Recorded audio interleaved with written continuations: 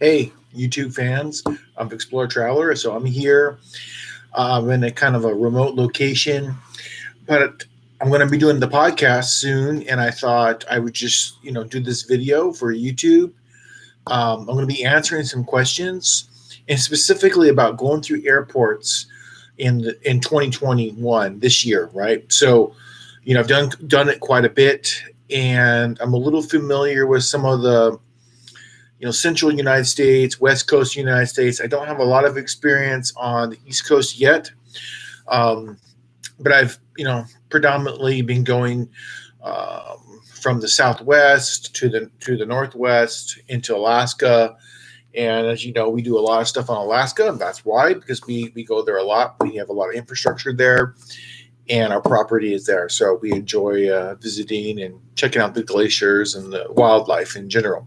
So I'm going to be doing the podcast now, but I'm going to just kind of answer some questions that I have laid out here. This will be a short, like 15 minutes podcast, but I thought I'd like do the video. And as you could probably tell, I am here in a hotel, undisclosed location, but I don't know if you can see out there, but that is the bay. So that's a bay, an island across the way from where I'm at. And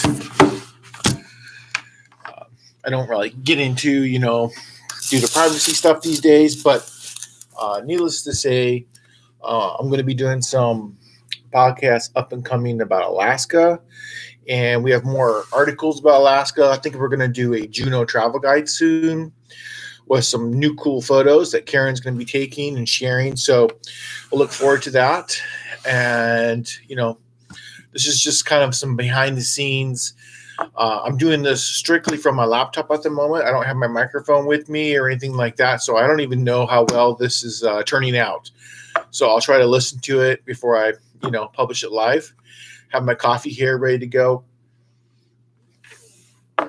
And with that being said, I'm going to minimize the YouTube screen and pull up this one.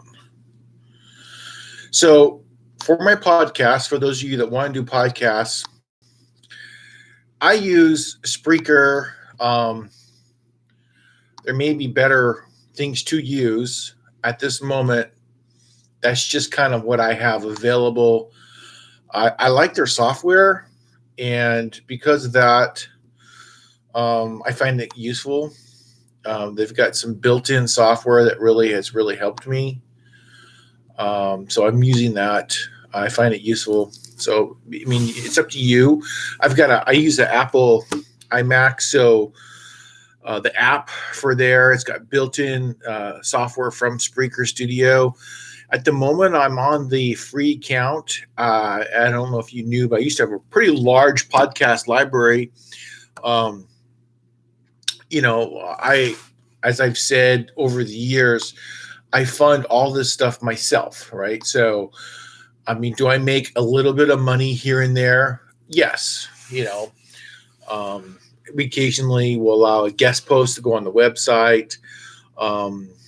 I used to get income via YouTube a lot, but I got kind of big on YouTube for a while there, and then they sort of demonetized me because of some new rules. Didn't get kicked off or anything, but it is what it is, right? So I never was making a ton of money on YouTube. And I do this more as what I would call like a community service. I want to teach people what I know. And if they don't want to know what I'm talking about, they can just go, somewhere else. I mean, because like I said, I do this for free, and I've been doing this pretty heavily since about 2007. So, yeah, welcome everybody. I'm in the United States now. Those of you that might think I'm still in Asia, I'm not. We haven't traveled to Asia for a couple of years now. We're traveling exclusively in the Northwest, the Southwest, and Alaska, and Canada. That's kind of where we hang out the most these days. COVID, how did it hit us? Obviously, it hit everybody around the world. It kind of took some of the joy of traveling away. A lot of the over exuberant government agencies that say we're here to protect you. You never know, what is real and what is propaganda, right? So you got propaganda coming from all sides, and so it's not always what things are not always what they seem. And so I'm going to get into some questions on what I have seen, and honestly, it is not that bad. But I'm going to get into that here in a second. Let's get the podcast software up and let's start that. Okay, get the intro. So you're just kind of getting a behind the scenes look here of me on my laptop on the road.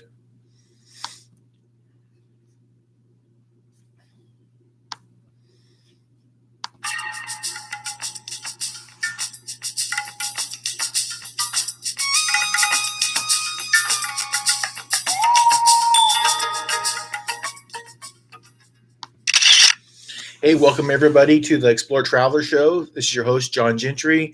I'm coming to you kind of an undisclosed location. I am running simultaneously live on YouTube, kind of as a test just to see, how that works out. If people find the behind the images stuff more interesting, I could always, one of these days I should move the desk so I have, the backdrops a little better than my hotel room curtain. But so today I want to talk about, because I got a bunch of questions about traveling. Should I travel? Is it safe? Is it healthy? COVID, all the kinds of things related to that. Okay. So today, COVID is an issue, right? We don't want to say it's not an issue because it is. And to some people, it can be devastating, right? To 98%, the people that seem to be catching it, according to the CDC statistics, it seems to be okay. So, I mean, for me, I'm kind of in a higher risk. I've gained some weight during COVID for sure. And as I've been getting older, so I don't hike as much as I used to. And so that has had some implications on raising my blood pressure. So I'm considered higher risk, okay? But, I haven't let it slow me down. Have I been exposed to COVID? Yes. Have I gotten sick from it? No. I mean, for me personally, I just seem to have some immunities to it. And, we lived in Asia for many years. I don't know. Maybe we picked up immunities for SARS. I just can't say. But I think people wonder, if they feel good and they've been exposed and they never got sick, is it safe for them to fly? I mean, my personal opinion, and that is my opinion, not that I'm a doctor or anything like that, is I think yes. And I think we help people when we take our, especially if we're still earning money and we're spreading that money around by buying services, we help communities. And since we're kind of a network of adventure travelers, we should take that into consideration. A lot of people are in desperate shape, from the hostels to the hotels to the coffee shops. I think there's a lot to be said for just helping people by spreading our money around in these travel and these adventures that we do, right? And I'm a big fan of buying local. Obviously, getting our hiking gear and our backpacks and things like that. A lot of the shops are closed down. So you're kind of stuck with the behemoth, Amazon, but it works. Love or hate Amazon, you gotta accept the fact that they deliver your stuff, and so everything that we've needed, we've been able to get through Amazon. All right, so questions is all a bit about airports. All right, so we've been in the Southwest. Depends on where you're at. Texas, New Mexico, Arizona, they got some different travel restrictions there. New Mexico is definitely the most strict. However, recently, if you go into New Mexico, you're not going into an immediate 2-week quarantine, but that is how it was in the past. Texas is loosening up their restrictions pretty quickly. And I think kind of Arizona is somewhere in the middle. But we've been in the last year, we've been in Texas airports, Albuquerque, New Mexico airports, Seattle airports, and Alaska airports. Okay. And things never really did get horrible at the airports because a lot of people got freaked out and they just weren't traveling. And so you didn't really have a lot of people that you had to deal with. Going through the Albuquerque airport, going through security was like super easy. Hey, and I want to give a shout out to the TSA. Those new, what do you call them? Containers that you put your stuff in that you go through the x-ray, they've really improved that. They're actually a decent size. You can put all your stuff inside it now. I wasn't pre-checked, so I didn't have any special privileges, but I still had to take off my shoes, but I didn't have to take my laptops out, and I carry 2 laptops. So yeah, that's kind of a big deal. I mean, I pretty much just slipped off my shoes, put everything in the container, and I was through security in less than 5 minutes. So I was pretty impressed. So definitely big thank you to TSA for making that process better, training their people to be able to recognize, what they're seeing. I think on the x-ray machine, it has really gone a long ways. Okay, so I was Albuquerque. It was the same thing in Texas. No issues there. Seattle is a very big airport, but Seattle, there is restaurants open. And if you're traveling, from Southwest to Seattle and Seattle into Alaska at different times of the year, you're going to have long layovers. And usually you come in late at night and you got to stay in the airport, or you got to go out of the airport to get a hotel room, etc. I just stay in the airport myself. But the lay down beds in the Seattle airport are gone. All right. So there's no place to hang out. There's no lounges. All the lounges are closed down. There's some Mexican food restaurants in the central hub there. So you got food, 24-hour food. Mexican burritos, it's actually really good. Coffee, chocolate, if you like chocolate. I'm kind of a coffee fiend, so I enjoy that. As a matter of fact, I'm having some coffee right now. And so that part, I think was okay. So if you're healthy enough and you can just do that 8-hour layover right there in the Seattle airport, that's kind of what I'd recommend. Have your laptop, have your cord, be prepared to entertain yourself. So where were things different? I think the biggest difference is going into Alaska now. I think it started sometime last year and it's still going on now, is you got options, right? So if you are an Alaska ID holder, like you have an Alaska driver's license, or you are an in-state resident that is traveling from, say, Fairbanks to Juneau or to Anchorage, etc., or you're coming from out of state, but you still have Alaska ID, there's things that you can do there. So when I came in, I did not get tested on my last time I flew before I left because they have a 72-hour test policy. And unfortunately, that's very difficult to comply with. So it just made more sense for me to get the test when I arrived at Alaska. Now, I had never done that before, so I was a little concerned with how it would go. But you get in line, you just talk to them, you tell them, hey, yes, I'm coming from out of state. Yes, I have Alaska ID, or no, I do not have Alaska ID. And that will determine whether you pay for the test or you don't pay for the test. Okay. So if you have Alaska ID, you're not going to pay for it. If you have it, then you're not going to pay for it. So it just depends, right?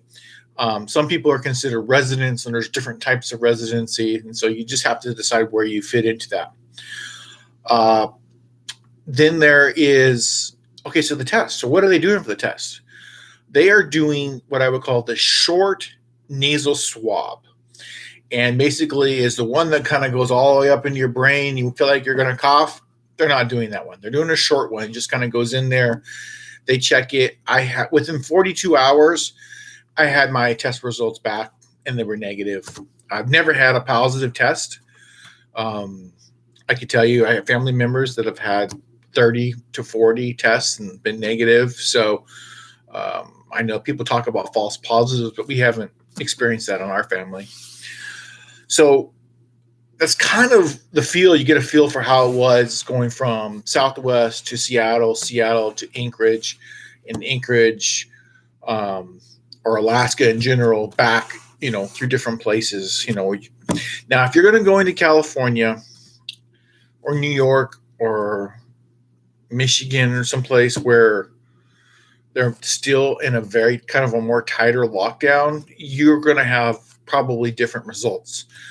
I am careful that when I do travel, I travel in a way that doesn't enable myself or my family to have complications. I'm a kind of a big planner when it comes to traveling. I look into it. If there's going to be a long layover and someone needs, extra care, I might arrange a hotel for them so they can stay out for that, 8-hour, 10-hour layover. Myself, I just stay in the airport because I'm cheap and I'm frugal, and I can't talk to you about how to be a frugal traveler if I don't know how to do it myself, right?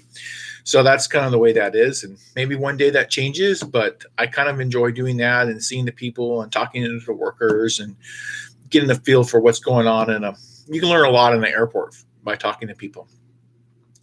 And so that's how it is. So basically, this is a short podcast, and I just wanted to describe one of my most recent experiences. And I'm going to have another one soon, and I'll try to maybe give another update if this goes well. But it's doable. So the prices are great. I can get round trip tickets, all the way into Alaska for just a couple $100 now. You can't beat that, and that we may never get those prices again.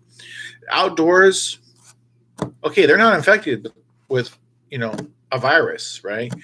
You're out and outdoors. You're hiking on a trail. You're up a mountain. You're looking at a glacier, even if it's in the wintertime or in the summertime. There's not a lot of people around you. You can avoid people, and if you need to put a mask on to go into your hotel room or order your coffee, go ahead and do it. It's not the end of the world. Do I like wearing a mask? No, I don't. Do I wear it? Sure. Even though I'm negative for COVID, people worry about it. So I do it for more their benefit than for mine. I get tested often enough that I'm always negative. So I'm pretty confident in that. But people, strangers, they don't know that. They don't know that you get tested, almost every 1 to 2 weeks. They don't know that, right? Because they don't know your lifestyle. So, you want to be respectful to others around you that they don't know as much as you do because you travel more often than they do. So just take that in consideration. But for the most part, once you get into Alaska, there is no mandatory mask in Alaska. However, the governor left it up to the businesses to determine how they wanted to do it and enforce it. So hotels, yeah, they want you to have a mask on. Are they overcritical if it drops down, which sometimes mine drops and I don't mean it to, but it does? No, they're not. Do they I think a good rule of thumb is if someone is wearing a mask and they're at a front desk, put your mask on. There's a reason why they're wearing it. A, they're either required to, or B, you're required to, or C, they are concerned about their health, and so you should respect that. But if the person is standing up there and they're not wearing a mask and they're not too worried about it, and you feel you're healthy, and that's up to you to decide, right? Every situation is different. Every state has different rules too, so keep that in mind as well. If I'm back in, say, New Mexico, I'm going to be wearing a mask in every single interaction I'm doing outside. If I'm not outside, if I'm outside, I'm taking my mask off. It's just not healthy, and it'd be dumb to walk around outside in the hot sunshine with a mask on when it's going to kill, and the UV radiation kills germs. So something to keep in mind. So traveling is still doable. Please don't put off, your trips. You might be able to use some of that money that you saved to get a better trip. Hotel prices, short term, they're not very negotiable, but once you arrive at your destination, especially in Alaska, please negotiate with the hotel, okay? And I think that's important because the hotel is there to support you. They do want your business. Now, there is some that could be doing something that you don't like, and that's fine. It's up to you to decide, okay? So, my message for today is plan your trips, take your trips, use common sense approach, and please, respect other people. Wear the mask if you need to wear it. Don't be one of those people that's just defiant 100% of the time. People have a right to be concerned about an ongoing health crisis, regardless if you are immune or not. Okay, I'm immune, but that might not always be the case.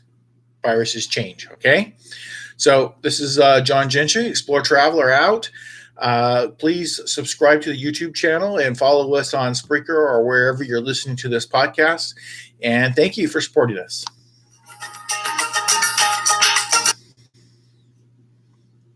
Okay, so that was kind of the short thing I did for Spreaker. So I'm still, live here on YouTube. And I mean, I'm just trying to give my experience, and I do look at your questions and your statements. Most of them are useless because it's just people correcting you on some tiny little mispronunciation or something. I mean, and who cares, right? I'm not into the social media pickiness, right?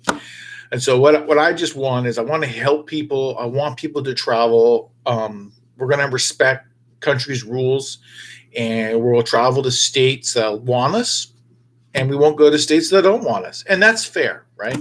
They don't want outsiders coming in. I mean, there's a consequence for that. It means their economy is not going to do well. But, we have to respect, people's intentions. And you can't deny the fact that the media, they're kind of hyping things up for good or for bad.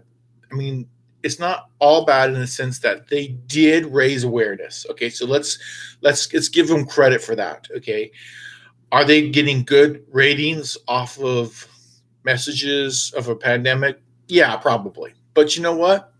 That's the nature. If you can't see through that, maybe you shouldn't be watching the news, right? So hey, this is John Gentry again. I'm gonna kind of end this little stream. I hope you enjoyed seeing a little behind the scenes, and maybe I'll do it again if I get some positive feedback.